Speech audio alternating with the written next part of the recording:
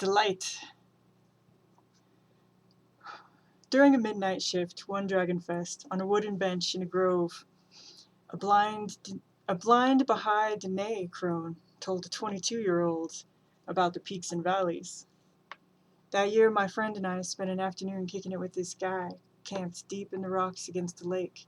A waif. He was so lovely and gracious, shared his mushroom tea with us, and when evening came, we departed for the night's gaieties.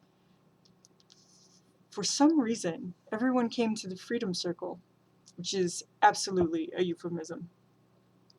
Trancing out against the nuclear blaze, raising to the stars, the flames, the forests, falls, the drummer's chorus, rock outcrops, the moon, the clouds, the glory, a long barrier of the pit, dancing without cease, well into the night, filled with awe, wonder, enchantment, connection, in ecstasy, honing the discipline of joy, tripping. It was impossible not to notice that I was surrounded by rowdy guys who didn't quite know what to do with their big feelings, their hands. Taking in the situation, the mean lady who was right about some things got my back in the concentricity, lifted her arms up like a Minoan snake goddess to make sure I had room. It was badass. The next night, my friend and I were dancing around the circle early, two gleeful electrons in twilight. As night came and we were accompanied, the stars came out again. My friend told me that she saw them through the flames when she fell into the pit. She said it was the most beautiful thing she had ever seen. We had the same experience of hearing a scream and then realizing that we were screaming. Maybe we were connected and maybe we weren't. My intentions were irrelevant. Trying to hold it, I made the burn on her hand worse. No friend of mine. I wouldn't accept it if she offered it to me at a wake, uncertain of her motives. I like to think that we would both still hold those snakes for anyone who needed the space, even each other. I like to think that. A smudged messianic, maybe a bit of a martyr. I can't speak for you, but perhaps we are, none of us, entirely unaware. Could be because we are all wholly cracked.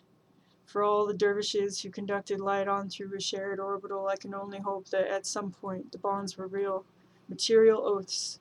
Only know for my part, and it doesn't matter how fluffy Scott Cunningham is, he was right about some things, and put it beautifully when he penned, "The divine in nature, nature in the divine, and divinity within myself and all." Reminds me of writing Eugene B. on the apartment wall and the stinky magic marker, "Your Honor, years ago I recognized my kinship with all living beings, and I made up my mind that I was not one bit better than the meanest on earth. I said then, and I say now, that while there is a lower class, I am in it.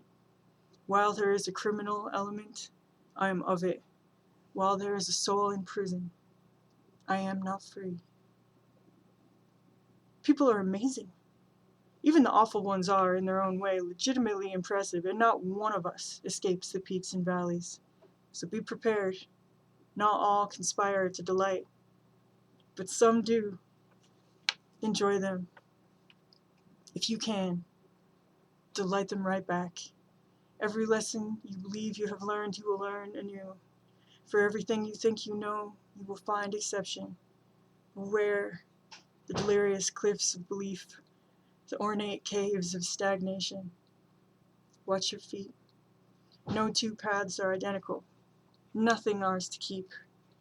There are vistas of realization, understanding, bliss, connection. You take them in, and then you give them back. The depths await.